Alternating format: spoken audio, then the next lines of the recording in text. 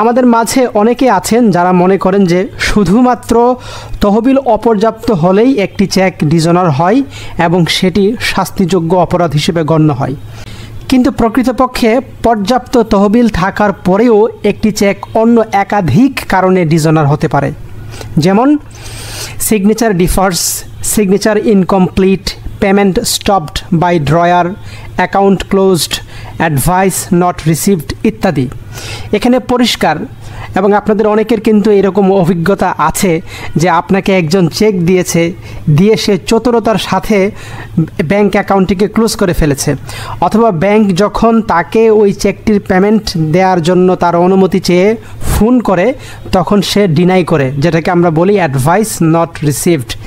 আবার অনেক ক্ষেত্রে সে করে কি, থানায় গিয়ে একটা জিডি করে বলে যে অমুক চেকটি আমি হারিয়ে ফেলেছি, তখন এই জিডির কপি ব্যাংকে দিয়ে চেকটিকে স্টপ করে রাখে।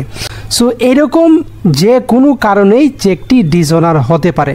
শুধুমাত্র তহবিল অপর্যাপ্ত হলেই যে একটি চেক ডিজঅনার হবে এরকম কোনো কথা আইনে বলা নাই।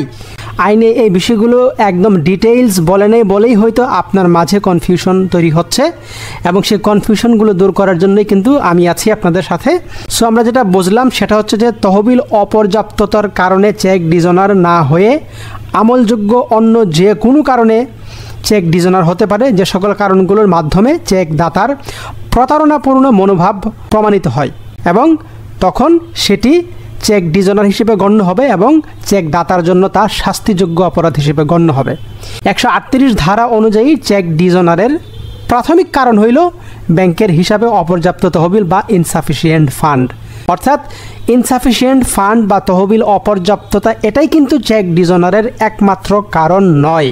আমি আপনাদেরকে যে বিষয়টা বোঝাইতে চাচ্ছি এটাই কিন্তু হচ্ছে সেটা, যে তহবিল অপর্যাপ্ততাই একমাত্র ডিজঅনারের কারণ নয়, অন্য একাধিক কারণে চেক ডিজঅনার হতে পারে।